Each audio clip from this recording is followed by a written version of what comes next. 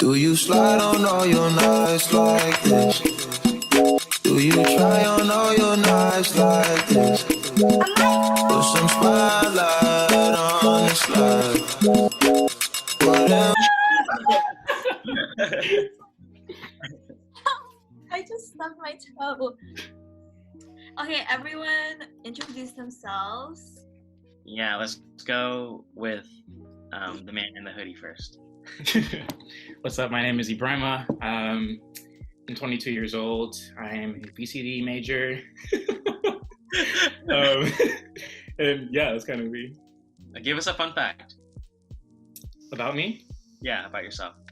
When I was in the 5th grade, I broke my thumb playing kickball, and I couldn't write anything for like 3 months, so they had to have someone come into the class and take notes for me. That's lit. Oh, so that's why your handwriting's so bad now.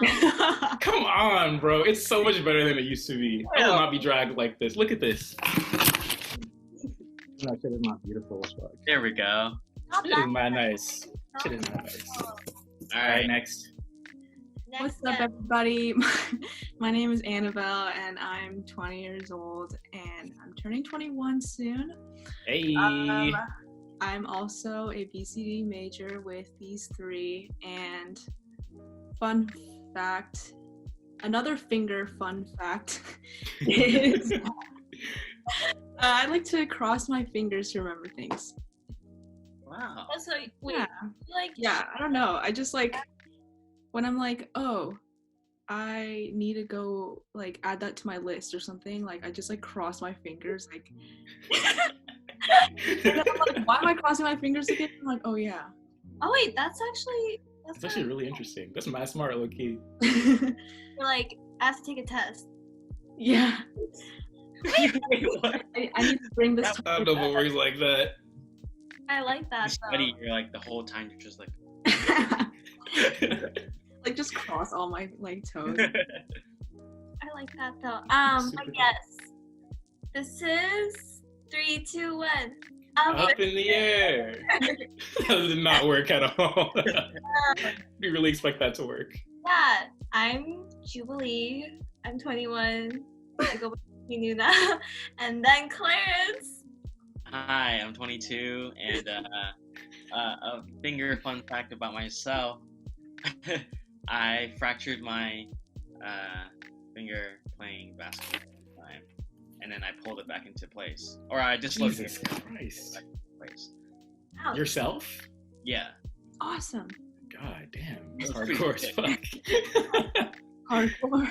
Well, I don't have a finger fun fact, but I have like a foot fact.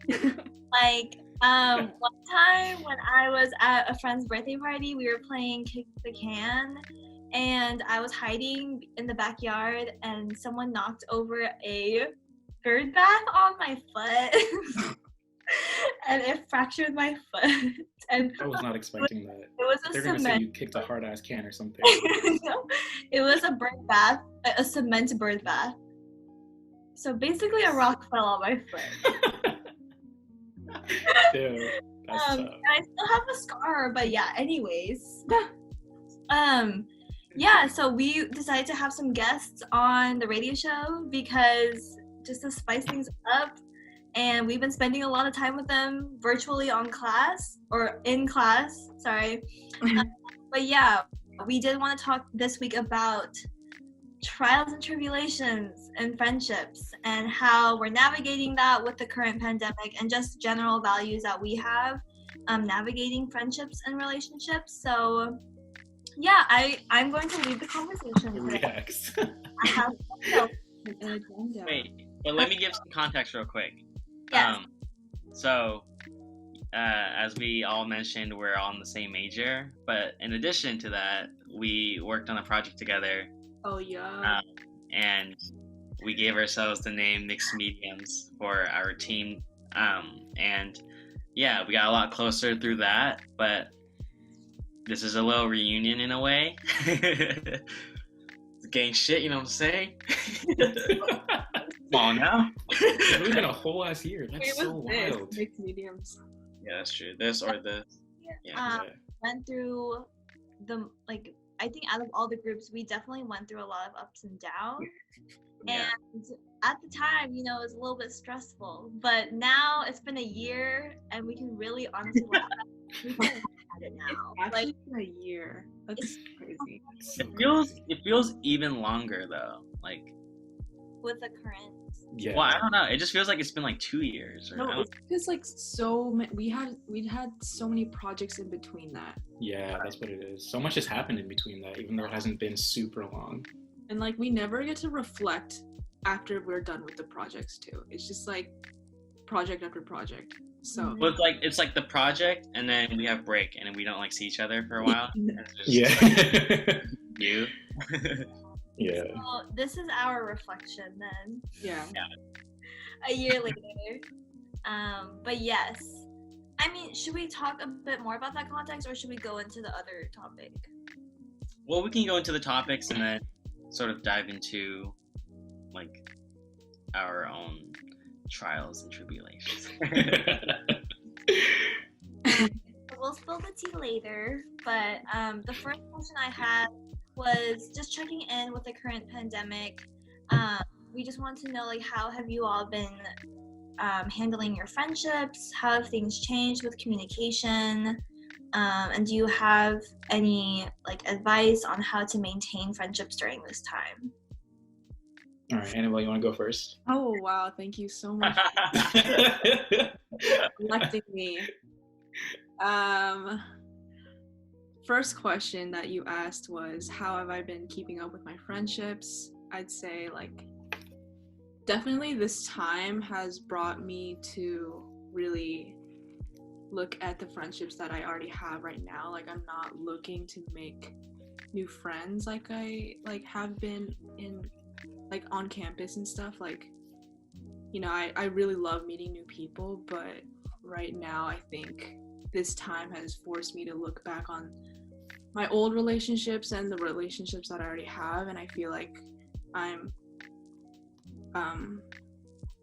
just not taking them for granted. It's the opposite of that. Just like being grateful for them and like really spending time with them, and like so we've been connecting a lot through like Zoom and FaceTime. I noticed that like I've been reaching out to like a certain group of people, and like those people who have been reaching out to me, like I know like those are the real ones right now. So Shout out. shout out Angie. Shout out you guys. For Yeah. sure. Really Wait, do you think that like have you been keeping in touch with just like the people that you're friends with currently, or like even you said that like you've been talking to people from your past relationships, so are you kind of like sparking those friendships again, or are you just sticking with the ones you have? Like, yeah, and also like coming back home, like you kind of hit up the people that you hung out in high school with, so yeah. just like text them and like make sure they're okay, and like it's kind of good to just hit them up and like remember the good friends, You remember the good old days. the good old days. And How about you, Ebrima? It's definitely been an interesting kind of challenge, but I think it's also been really good for me, surprisingly, just because I think in that we can't really see each other as much. I don't know what exactly it was, but like I moved back home to live with my parents like about a month and 2 weeks ago now. And I think kind of being by myself, but also kind of getting to be home with my family gave me the opportunity to reflect a lot. And it also kind of incentivized me to start reaching out to people I hadn't talked to in a long time, just because like the world's like really crazy right now. And I think all that really matters is like, I think now more than ever, community is really important. So I started kind of just reaching out to, of course, starting with like my super close friends and stuff like that.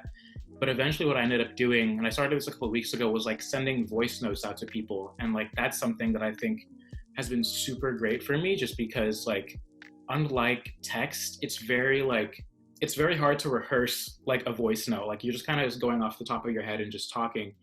And like, I realized that like the reception I've gotten to that is really, really great. Like people are really receptive and like are doing it with like their friends now, because it's like with us being on screen so much, like I'm on Zoom like multiple times a day, like there's so much burnout to the point where like to FaceTime my friends feels really exhausting. And there's something kind of performative about like, and has always kind of been like performative about like FaceTime and like even like Zoom calls like this, right? Because it's like, it's not the same as like talking to somebody face to face, and neither is like, you know, a voice note, but something about it feels more genuine because you're not like consistently trying to put up, I don't know, like a front or like be perceived a certain way. So it's been really great for me in that like I've connected with like so many old friends, and like a couple of them have been able to like almost rekindle our relationship where like we're talking a lot more now. Like there were a couple people who like I didn't really know before who I'm like getting to know a lot better and becoming closer with. It's a great way to check in with people here and there. And then it's also allowed me to like reach out to people who like I wasn't friends with before and actually build relationships. So I've been doing a lot of voice notes, a lot of phone calls, and just kind of just like checking in on people. And it's been really, really fulfilling. And the phone calls especially have been really good just because, like I said, Zoom is so like tiring that like it's nice to be able to just like put some headphones on, call somebody, and you can just lay in your yard or on your bed and just close your eyes and talk to them. And like, yeah, so to wrap it up, I'm getting kind of long-winded here. I think it's mostly been phone calls, voice messages, stuff like that. But it's been really good just being able to check in on everybody and make sure people are doing well. Yeah, I like how you're just adapting, you know, like I guess before people won't really call each other, and like it's such a daunting thing to do. Right. And like when you get a phone call, you're like, oh shit, like what's happening? You're like, right? Yeah. Right. But I did receive an audio message from Ebrima, and I started doing that, and I actually really enjoyed it. And even though I mess up in the voice message, like I will mess up or forget my train of thought, I'll just keep going. But sometimes like the messages get really long, and then I'm like, wait, what else am I supposed to talk about? But it's like really fun and really personal, and I don't know, it doesn't feel, because I get that feeling too. I get a little bit nervous before FaceTiming or Zooming people. Right. I feel like the number one thing I'm scared of is just like ending the call. Like, how do you just be like, you know, it's been 2 hours, like I gotta go, but then we don't really have anywhere to go. So yeah, it's definitely like, the thing is like, so because I have so much family abroad, like voice messaging is something that I've done for a long time, and that like you can't always call somebody if like the time difference is like 9 hours, right? Like my best friend lives in Sweden, and I can't always just pick up the phone and call her. But like sending a voice note kind of gets the same thing across. Like they can still hear your voice, and they can kind of reply whenever they feel like it.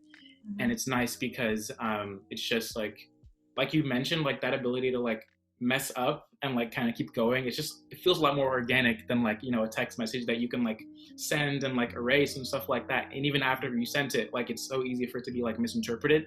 So there's also like that level of control about it that's like really nice. And I think like even after this pandemic is over, I'm probably just going to be doing voice notes a lot more, just because like I like it so much better. It's a lot less anxiety inducing.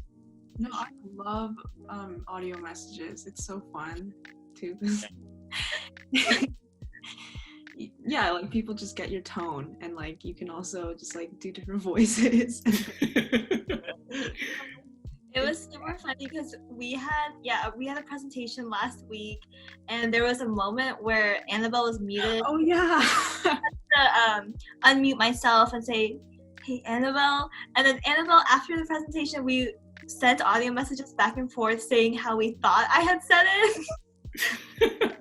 She was like, "Oh, you said it like this, hey Annabel," and then I was like, "Wait, I thought I said it like, hey Annabel." So that was fun. Like it's a lot more personal, and I think that a lot can get miscommunicated through just text for sure. Yeah. I feel like the hardest thing nowadays too is like when you said that, like how do you leave a phone call, or like how do you leave conversation? So like being present virtually is so difficult because it's like you know that everyone's indoors, and like I don't know, I just think it's kind of weird that like I have to carry my phone with me around the house. Yeah. And you like, I want to like leave it in my room and just like, you know what I mean? And just like, if I'm at home, like usually I'm at home and like I'm doing things at home. I'm not necessarily like always having a conversation, so it's kind of hard to like figure out, you know, being available and like having those conversations and just finding a separation between like that. Yeah, that's definitely been the hardest part. I feel like for me, it was like feeling like I'm at school, like was the thing I was most worried about. Like when they mentioned like the lockdown, I was like, this is not going to be good for me, because like I rely so much on being able to say, okay, I'm leaving my house now, I'm going to go to school and do school things there, and then I can come home and like that can be done, right? Like having to do everything and be all the people that I am in one place is very difficult. So like what I tried doing, and I mentioned this to Clarence earlier, was like I go on walks before and after classes, so it feels like I'm going somewhere. And like it's a very small thing, but like that little transition time kind of helps you get into like the mindset. And like I even do things like I have like a desk dedicated just to school, and like even the chair I sit in is different than the one I'll sit in when I'm at home. And it's like doing the little things you can to make it feel like you're at school even though you're not, especially for me, just because like that's something that I rely on pretty heavily. I be changing my outfits. Like from the waist down though, like I've just put on socks, or like I throw on a different pair of shorts, and I'm like, dude, like I'm kind of fitted today. What do you forget and you like stand up? Has that happened? No, but I just like I have a pair of like pink shorts, and I'm like, you know what? I'm gonna do some color today, and then like I throw them on. I love it. Post those. I've never seen you wear pink shorts. Yeah, it's because I'm afraid of change. But yeah, definitely resonate with a lot of those, and I think I will, after this pandemic, I will have better communication skills. I think one thing I realized is okay, this was common sense, but I think I really realized it was that replying in a timely manner does make people feel valued. Well, like that's because I realized like. Do you believe you reply like 2 days later? And you're like, hey, how's it going? I'm like, bro, I asked you a question 2 days ago. Because I don't know how it got so bad, because I used to be really good, and I used to hate when people would leave me on red or like respond 2 days later. But I think I've been practicing it more, and I turn my read receipts on just to keep myself accountable. But yeah, I think it's I think I just need to remind myself that it's such a small thing that you can do to make people feel valued and like prioritized during this time. Yeah. Obviously. So yeah. But I really I'm late to Clarence. Sorry. It makes sense that it's like harder to respond to, because now everyone is heavily relying like communicate online, so it's like now people are like texting you and calling you more than like before. So right. Yeah, sometimes like I see it and I just like I'm like I'll reply later. Yeah, do something, or like, you know, and I just swipe it, and then I'm like, oh shit, I forgot later, and yeah, I feel bad. Yeah, it'd be like that. But yeah, I guess we can wrap that part up and talk a bit more about our friendships with each other and how that's changed over time. And we can talk a bit more, because I honestly think like everything we've been through with that group project is like really funny. Like, yeah, it is pretty funny. I mean, it's nice to say that like a year later, like it wasn't so funny like back then, but yeah, in retrospect, shit is pretty funny. Well, yeah, does anyone want to give some context about like what we were working on and I don't know, other just relevant information? I mean, I could talk a little bit about like, so yeah, like we were in design for like that was like our second quarter or third quarter in design. Yeah. And just like we're like super excited to work with each other, and you know, like we see each other's work and we're like, oh my god, that's so cool. Like, I can't believe like just imagining what we could make together. And I feel like when we went into that project for our methods class, like we had so much like energy and we're like so excited. So naive. And it's like I just keep thinking about like the design journey, how it's like you go up, and then just like really far down, you know? And we were in that low part like for a long time. Yeah. What did Audrey call it? Like, did she have like the pit of despair, or like what was it? Something like that. Something like that, yeah. Like it was. Like we thought that we were at the pit of despair, and then we went lower. So. Like we were like in a different pit in the pit, you know? Yeah, levels. But yeah, that project was a lot and just probably one of the toughest things. But also I felt like it was very rewarding, you know? I am really like proud of us, like how we ended up like coming through all together. So Yeah. I love our project still. Like I think it's still so relevant today. So Yeah. Basically, Especially wait, you guys want to talk about what the project is? Yeah. To give some context, we were making a project or a concept that addressed media collections, and after a lot of different ideation processes and workshops and research, we ended up deciding to hone in on the International District and Chinatown and how gentrification is heavily impacting that neighborhood and the small businesses there, which is, once again, still relevant, especially with the pandemic. But we wanted to, create a concept that addressed this and would help these individuals. So, we got to interact really closely with the owner of Fish Garden, Karen Akata, and we got to interview her and just really hear some really special moments about the restaurant and the neighborhood. We did a workshop with Clarence's friend Jordan. That didn't really contribute to like our end product, but it was still really really cool to see him and his mom interact with each other and cook together. But our final product was like a kind of package design that was informative and also representative of the neighborhood. I'll enter the picture here for. Sam. I love that project, and I do think it was really meaningful, and it deserved to be put up on the wall. You deserve better. I deserve put so it much myself better. to put it on the wall. Yeah. But let's just talk about some trials we had. Yeah. I thought it was funny, like the amount of energy that went into prepping for all these like things, like all the research that we did, and then like even after all of that, it just came down to like the last 3 weeks, and we just like cranked the whole 10-week project out in 3 weeks.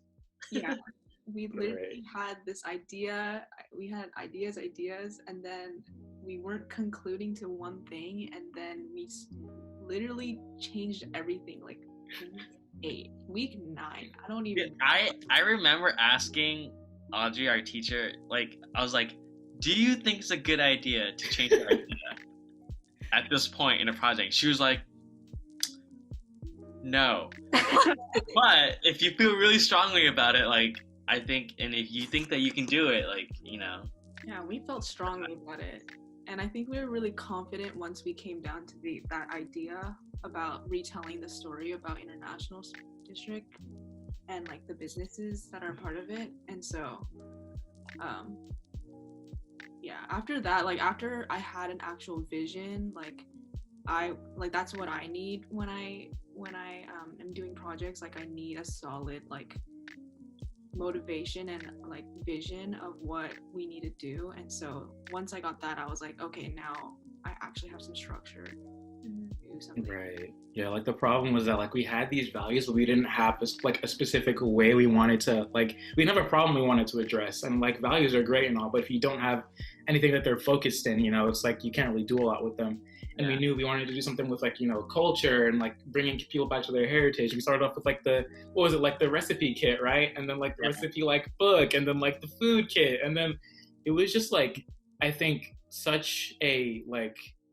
it was such a wild ride, and that like we just jumped out from idea to idea to idea and never really knew what we were doing. And it felt like every time we felt like we were close, they're like, nope, you're actually not, you're further down than you were before. And I think it was like, looking back, it was low-key incredible. We hit like a Kobe like drop 60 like buzzer beater in the last 3 weeks that I'm like still hella proud of, honestly, just because like I think that's so illustrative of like what the design journey really is. More than anything is just like trying it's literally just throwing shit at the wall and seeing what sticks, and like nothing stuck until the very final week. And like I think it was such a character building moment, and a project that like, because we went through so much with, I can talk about a lot. Like I remember I did a portfolio review with Into It, and I wasn't going to initially enjoy them, but just do it because like you have nothing to lose. So I like literally just like make this janky ass Google Slides, and I'm like basically I don't have anything like to present for real, but I'm gonna like talk you through all my projects and stuff just to see like what y'all think and how I could go about doing it in the future. And that was the project I talked about at the end. And like even though I didn't have a lot to show, just being able to tell the story to them, they were like, that's like probably the strongest one you have. And being able to hear you talk about it like that with like supplemental stuff with pictures and photos and like process is very strong. And it's like, I think all in all that kind of represents just like the shit we went through. And like I think in the end it manifested in something that like really served a really good purpose, and just like I think it just came together really well. So like I'm really proud of us and like how we came out of that, despite like late nights at like Area 1 and like a bunch of tears and like all of that shit. Yeah, gosh. I think especially since the topic it hits like close to home too. So yeah, he like, you know, it meant a lot more to us to like do it justice and make sure that we hit the mark. But yeah, you said tears. I wonder where they came from. Tears, plural, multiple instances. Let's get into it. I mean, I think it was just a buildup of like just being so frustrated of like not coming down to an idea. And then honestly, I don't even remember like how it really happened. It was just one night we were just all working, and like I think it's also just like this was like our first time in design working as a group for the first time. Like we had one project before where it was like a partner project, but this was the first time like working as a team and like working this long for a quarter, for like a full 11 weeks. So that was like a first for I think all of us. And like I think also just like the scale of this project required so many times to meet up. Like I don't think I've ever had a group project where like I had to consistently meet up like even like twice a day. Like my parents were like, what are you doing at school where you're coming home at like past midnight or like at 1 a.m. and I'm like I wish I could explain it to you, but it's so frustrating. Yeah. And I think I mean like we spent a lot of time together, and like I think we were pretty good for the 8 weeks, for the first 8 weeks, you know. I mean like I think anything like if anything something was bound to happen, and so I think like the fact that we were still be like so good, and like and also the outcome of it was just because it was all very emotional at the time and just like frustration. I think it wasn't like personal for any of us, so it was just like a buildup of like just like stress and like just also like all of us are busy in different ways too, and like we're all involved and we all have different schedules, and like so there was like miscommunication a lot, and lack of communication on my part too. And then Julie, you wanna I mean basically to go off of that, we were just so committed to this project because we obviously wanted to execute it justly, and we wanted to do it in a beautiful and meaningful way. So we were super married to the project, and we were spending hours and hours together. Like Clarence and I were both commuting at that time, and my parents were like, why it sucks that you get home at like 12 or 1 and then you have to leave at 7 to get back to school and start working again. Literally like the last, I think week 9, week 10, that was hell. Like Clarence has like several photos of me like sleeping in the car because I was so tired. But I think I think with any friendship, when you do argue, it's bound to happen eventually. I feel like if you cross a certain level of closeness, it's bound to happen and it's normal. But it is like how you reconcile and how you kind of argue that makes the other person feel like, oh, I care about you, and Yeah. this friendship is meaningful to me. Like, you're willing to fight for it, you know. Yeah. And I think I think we're all thinking of the same moment. Yeah. You know, I was driving Jubilee and Ebrima home after working like a really long time, and I just we get to Ebrima's place, and he was like, "Jubilee's like, it's okay, like it'll be all right, like, you know, like." What did I say? We're so close. We'll get there, like almost there, and then Julie's just like in the front seat, just like. It was so funny. Like, he got to his apartment and then he like tapped me on the shoulder, like, we're so close. And I was like,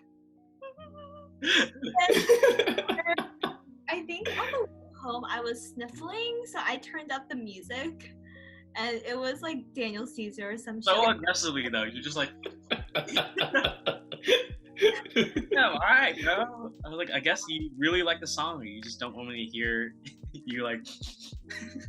It was so funny because what had kind of triggered that was we were working really late at night at the mill, so that's kind of like this innovation lab area, and I had asked.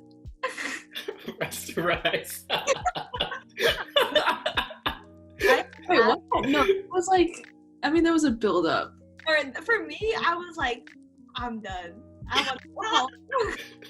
But I think, like, it was, Wait, yeah. fun.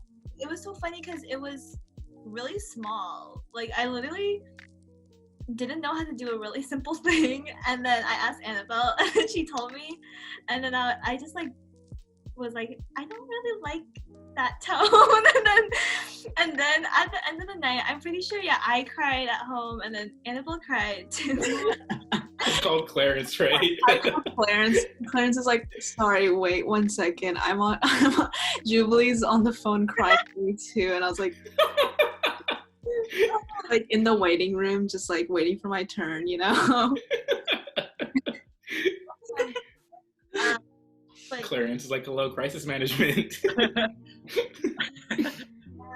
I mean, I think that we really bounced back from that though. Like, I think I'm super close to you all, and we really, I feel like, nurtured and took care of the friendships throughout our time in design. I think, like, the fact that we can laugh about it now, and that, I mean, Annabelle, like, we're working together right now. Yeah. And, well, Ebrima, you're not in our group, but still, like, we like, crit together, we go to class every day together, have maintained the friendships and things like that, so. I mean, Yeah. how we concluded it though, like after that night, like definitely thought about it like a lot, and immediately I was just like, well, I don't want like this project to be the cause of like a friendship that me and Jubilee had, like to ruin everything. And so I think, and I'm really thankful that like we were both able to see value in that. I think because it was mutual that we felt that way, like we were both able to come to an understanding, come to like both able to like see the value, see the worth in a relationship, and like we knew like that this was just something that we just wanted to get over with, and it wasn't really about like us. But, Yeah, I keep thinking about like just when Grandma tapped Jubilee on the shoulder, and then he just said peace. He got out the car, you're like, all right, deuce. And I'm like, I was just like, drops mic. Like, little did I know. I didn't know that about it until the next day. I don't remember who told me, but Clarence was like, Jubilee cried after that, and then Annabelle called me crying, and I was like, why nobody called me? Like, obviously I'm not good at crisis management. But I think like the moral of the story is that like in every relationship, right? Like I think growing pains are necessary when it comes to like getting closer to somebody. Like you have to go through some stuff together. And I definitely think that like even though it sucked at the time, like I think it did bring us closer together, and like I think we were all that emotional about it because we were so invested in it, like Annabel said. So all in all, like I don't know if I'd say I'd do it again, but it was definitely like, yeah, I'm really proud of like the outcome of it. I just think it's funny how like I'm not the best at comforting people when they're crying. Like I'm pretty bad at it, honestly. And the fact that like you guys were like coming to me and I'm like, damn, like that's crazy. All you need to say, that's all I wanted to hear, Like, yo, I hear you, and that shit is crazy. Nasty to both of us, to be honest. That's crazy. I just be like telling Jupiter, yo, that's fucked up. And then I'm like, Annabelle, yo, that's true. Like, really out of pocket for that. Oh my gosh, yeah. That's so funny that Clarence was in the middle. But I remember like, yeah, we got home at around like 1:30 and then literally met up again at 8 a.m. the next day. And we just worked because we knew what the end goal was, and we knew at the end of the day it wasn't personal. Like it really was lack of communication, and I think that can be applied to other friendships and relationships. Like if you do end up getting in an argument, you can really tell like the nature of the friendship by how you argue and like how you feel during the argument. So that's really important. Like I tell people all the time, like if you're not making your friend or partner feel loved even when you're fighting, then it's kind of bad. So that's the bar. That's a bar. But low-key, I mean, I know that y'all have seen me upset before. Like I'm not very pleasant when I'm upset. Yeah, true that. Yeah, I'm gonna that one. I just be hella short, and Clarence knows this. Like, I'm just like very passive. But so it looks like we're coming close to 5 o'clock, and we know that Ebrima. Oh, it's fast as hell! Wow. Yeah. So I think I can stay on a little longer actually because the thing is, like, I was leaving. I said 5 because that's usually when we eat dinner, but like I haven't been called upstairs yet. So I'll stick around until they actually literally call my time. Yeah. Okay, Well, I guess you could talk about what our songs of the week are. Jubilee, you can go first. Yes. My song of the week is from Division's new album. It's called Still Pray For You.